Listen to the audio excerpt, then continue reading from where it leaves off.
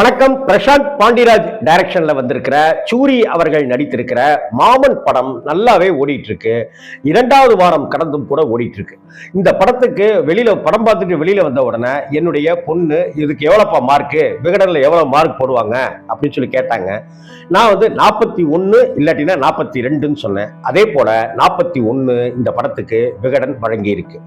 அதே போலதான் DD next level Santhanam நடித்த படத்துக்கும் எவ்வளவு மார்க்கு அப்படின்னு என்னுடைய மகள் மயூரி கேட்டப்ப 39 மார்க் போடுவாங்கன்னு நினைக்கிறேன் அப்படின்னு சொன்னேன். அதே போல விகடனுடைய மதிப்பெண் 39. இந்த வகையில நம்ம கணக்கும் விகடன் கணக்கும் ஒண்ணுதான். ஏன்னா நான் விகடனுடைய மாணவம், அந்த விகடனுடைய பட்டறையிலிருந்து வந்தவங்கிறது இந்த இடத்துல சந்தோஷமான விஷயம். வணக்கம். மாமன் படத்துல இருக்கிற சில விஷயங்களை பத்தி உங்களோட பகிர்ந்துக்கணும். ஏன்னா படம் இவ்வளவு நாள் ஆயிடுச்சு, அதனால இப்ப பேசுறதுல ஒன்றும் தவறு கிடையாது. வணக்கம் நண்பர்களே. என் குருநாதர் எழுத்து சித்தர் பாலகுமார் சார் அவர்களை மனதார வணங்கிவிட்டு உங்களுடன் பேச தொடங்குகிறேன். முதல்லங்க, ஒரு படம் அப்படின்னு இருந்தாக்க அந்த படத்துக்கு கதை ஒன்ன தேர்வு செய்யணும். கதையை தேர்வு செய்துட்டு அதுக்கு அடுத்த லேயர்ல கதாபாத்திரங்கள் யார் யாரு அப்படின்னு தேர்வு செய்யணும்.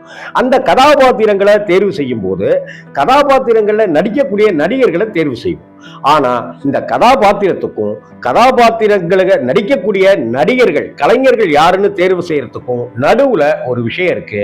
அந்த விஷயத்தை தான் நிறைய டைரக்டர்கள் கோட்டை விட்டுடுறாங்க. அதுதான் கதாபாத்திர தன்மை, கேரக்டரைசேஷன் அப்படிங்கிறது. மாமன் திரைப்படம் வெற்றிகரமா ஓடிட்டு இருக்கு. கிட்டத்தட்ட சூரி அவர்கள் கதையின் நாயகனாக நடித்த விடுதலை சூப்பர் ஹிட் ஆச்சு, விடுதலை 2 சூப்பர் ஹிட் ஆச்சு, கொட்டுக்காளி பிரமாதமான ஹிட் கொடுத்தது, கருடனும் அதே படம் தான் ஹிட் கொடுத்தது. இப்ப 5வதா மாமனும் அப்படித்தான் இருக்கு. முதல் படத்துல ரொம்ப சீரியஸா இருந்தாரு, சீரியஸான குணம் கொண்ட ஒரு கதாபாத்திரமாக சூரிய அண்ணன் நடிச்சிருந்தாங்க. விடுதலை 2லயும் அப்படி சீரியஸான ரோல் தான் பண்ணியிருந்தாங்க. கிளைமாக்ஸ்ல அவர் எடுக்கிற முடிவும் ஒரு சீரியஸானதுதான். கொட்டுக்காளி படத்துல கிட்டத்தட்ட ஒரு வில்லனிக் ஹீரோ அப்படிங்கிற ஒரு விஷயத்தையும் ரொம்ப அழகாவே கையாண்டிருந்தார் சூரி. அதே போல கருடன் படத்திலையும் ஒரு ஆக்ஷன் ஹீரோவாக ஒரு புதிய ஒரு முகம் காட்டியிருந்தார் சூரி அவர்கள்.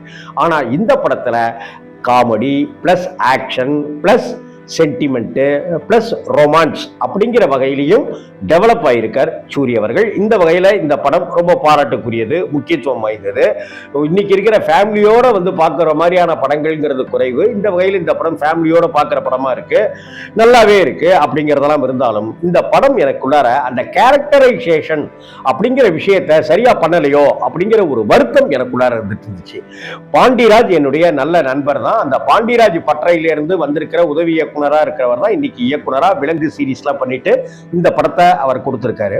இதுல என்ன அப்படின்னு சொன்னாக்க, ஃபர்ஸ்ட் ராஜ்கிரண் விஜய் சந்திரசேகர் அப்படிங்கிற அந்த தம்பதியினுடைய கேரக்டரைசேஷன் ரொம்ப அற்புதமா கையாளப்பட்டிருக்கும். ஆனால் இந்த படத்தை கொஞ்சம் அதுக்கு டெப்த் கொடுத்துட்டு இந்த படத்தை எடுத்திருந்தால் இன்னும் பெரிய தாக்கத்தை ஏற்படுத்தி இருக்கும். ஒரு பொண்டாட்டி புருஷனாக்க இப்படிதான் வாழணுங்கிற ஒரு மெசேஜுக்குள்ளார இந்த படம் அப்படி அடர்ந்து இருந்திருக்கும் அப்படின்னு தோணுது. 2வது விஷயம், அக்கா தம்பி அப்படிங்கிற ஒரு கான்செப்ட்லையும் அண்ணன் தங்கச்சி மாதிரி, அண்ணன் தம்பி மாதிரி ஒரு அக்கா தங்கச்சி தம்பிங்கிற ஒரு கான்செப்டும் கூட சினிமாவில் கொஞ்சம் கம்மி தான். நிறைய படங்கள் இருக்கலாம், இருந்தாலும் அதெல்லாம் வேற ஒரு ரிவெஞ்ச் ஸ்டோரியா மாறிடும். இந்த அக்கா தம்பிங்கிற விஷயத்தை கூட இந்த படம் எடுத்துட்டு போயிருந்தாக்க இன்னும் ரொம்ப பலமான விஷயமா கையாளப்பட்டிருக்கும். அதை எடுத்து பார்த்தாக்க ஒரு உறவுகள் மேல அதீத பிரியம் கொண்டிருக்கிற ஒருத்தனை காதலிக்கிற ஒரு பெண் அப்படின்னும் போது அந்த காதல் இன்னும் அந்த காதல் அந்த குடும்பத்தை இன்னும் எப்படி செம்மைப்படுத்துது, இன்னும் எப்படி அன்பை ஊற்று போல கொட்டு தருது, அருவியாக்கி தருது அப்படிங்கிற மாதிரியும் இது கொண்டு போயிருந்தாக்க நல்ல படம் தான்.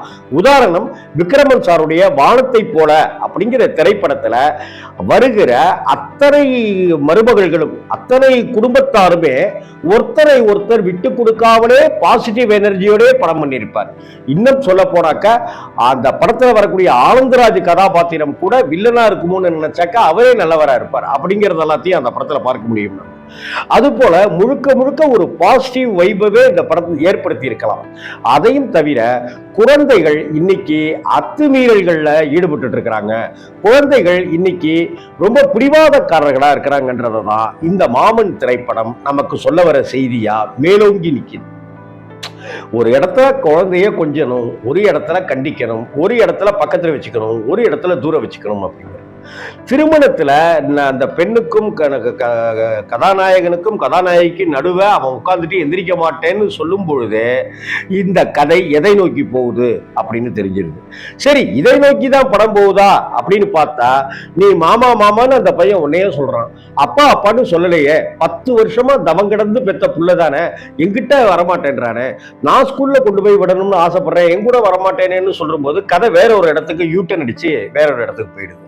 அக்கா அக்கான்னு உயிரா இருக்கிற அந்த தம்பி, தம்பி தம்பின்னு உயிரா இருக்கிற அந்த அக்கா, அந்த அக்காவும் இந்த தம்பியும் பிரிவதற்கு அந்த பையனே காரணமா இருக்கான் அப்படிங்கிற மாதிரியும் காட்டப்பட்டிருப்பது இது நெருடலை தான் ஏற்படுத்துது. குறிப்பா ஏங்க மாறு இது கட்டி சுத்திடுச்சு அப்படின்னு சொன்னாக்க நீங்க பார்க்க மாட்டீங்களா? மாமனுக்கு ஆகாதுன்னு சொல்றதை நீங்களும் நம்புறீங்களா? எந்த தேசத்துல இருக்கீங்க நீங்க? போய் உங்க மாமாவை பாருங்க, உங்க குழந்தைய போய் பாருங்க, உங்க அக்கா குழந்தைய அப்படின்னு சூரிட்ட சொல்றாங்க.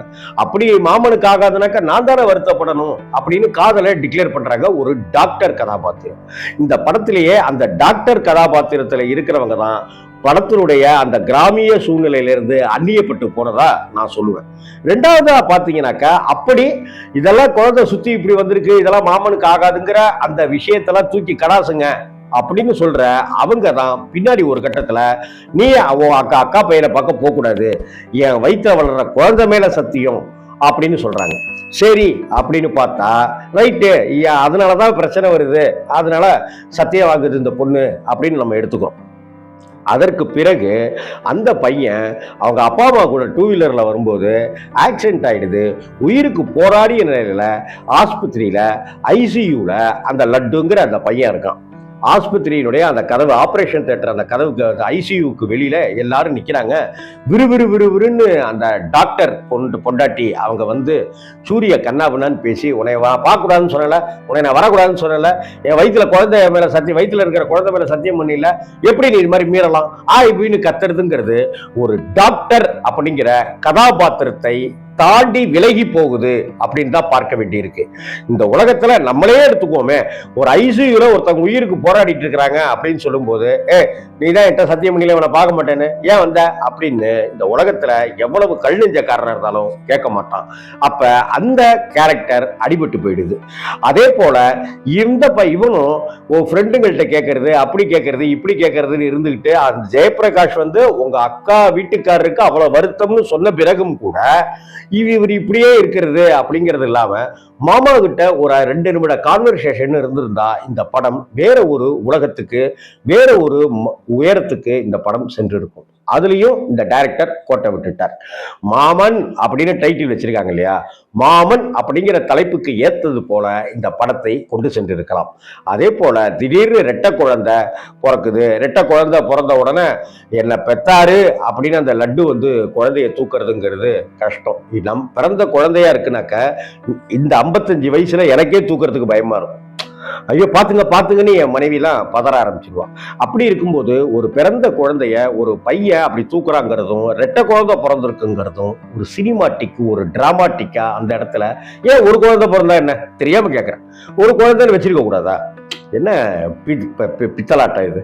இந்த மாமன் திரைப்படம் ரொம்ப அழகா போய்கிட்டே இருந்தாலும் கூட கதாபாத்திர வடிவமைப்புல இன்னும் கொஞ்சம் கவனம் செலுத்தி இருந்தால் இன்னும் மிகச்சிறந்த படமாக இது வந்திருக்குங்கிறதுல எந்த மாற்றமும் இல்லை.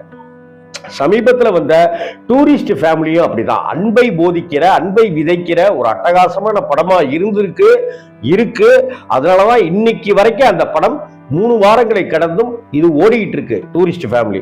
ஆனாலும் கூட எல்லா அன்பு, பாசம், பிணைப்பு, நேசம், மனிதநேயம் அப்படிங்கிறதெல்லாம் நல்ல விஷயம்தானாலும் கூட ஒருத்தங்க இலங்கையிலேருந்து கள்ளத்தோணியில வர்றது நியாயமா? அவங்க தனியா அவங்களே ஒரு தனியா ஆதார் கார்டு, அந்த கார்டு, இந்த கார்டுன்னு அவங்களே போலித்தனமா தயாரிக்கிறதுல என்ன நன்மை இருக்கு? அப்படி செய்யறத காட்டுறதுல அதுக்குரிய தண்டனை ஒண்ணு கிடையாதா? அப்படி வர்றது சரின்னு காட்டுறது சரியா?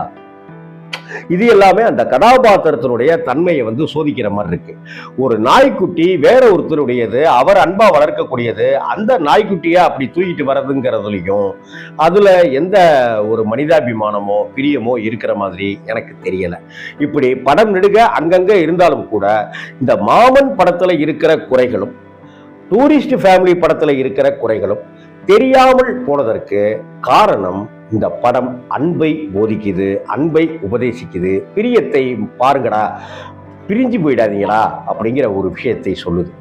இங்க யாரா அகதி, உங்களை யாரா அகதின்னு சொன்னது அப்படின்னு கேட்கிற டூரிஸ்ட் ஃபேமிலியா இருக்கட்டும், இந்த பாரு ஒத்த மச்சானை வச்சுக்கிட்டே நான் படுற கஷ்டம், மாப்பிள்ளையை வச்சுக்கிட்டே நான் படுற கஷ்டம் தாங்கல, இவன் என்னடா எனக்கு 2 மாப்பிள்ளையை வச்சுக்கிட்டு என்னத்தை பண்ண போறானோ அப்படின்னு இருக்கிற அந்த விஷயமா இருக்கட்டும், மாமன் திரைப்படத்துல வரக்கூடிய ஒரு கேரக்டரைசேஷன் குளறுபடிகள் நம்மளை ஏத்துக்க வைக்கிது இந்த படத்தை. காரணம் அந்த சைடே நம்மளை யோசிக்க விடலை டைரக்டர். அது அவருடைய ப்ளஸ் பாயிண்ட். டூரிஸ்ட் ஃபேமிலியில வரக்கூடிய இந்த மாதிரியான குறைகளை நாம கண்டுக்காம கதையின் போக்குல அப்படியே நம்ம போய்கிட்டு நம்மளை லைக்க வச்சு அழ வச்சிருக்கல, அது அந்த டைரக்டருடைய சாமர்த்தியம். ஆனால் வெற்றிகரமாக ஓடிட்டு 60 கோடி ரூபாய் வசூலை தாண்டி கொண்டிருக்கிற டூரிஸ்ட் ஃபேமிலியும் சரி, இந்த மாமன் திரைப்படத்திலையும் சரி, சின்னதான அது யதார்த்த மீறல்கள், கேரக்டர் உருவாக்கங்கள் கொஞ்சம் தப்பாக தான் இருக்கு. பிரசாந்த் பாண்டிராஜ் அடுத்தடுத்த படங்கள்ல இதையும் சரி பண்ணிக்கிட்டா நிச்சயம் ஒரு நல்ல டைரக்டர் பட்டியலில் அவரும் இடம்பெறுவார். அபிஜின் ஜீவிந்த் அவரும் இடம்பெறுவார். வணக்கம்.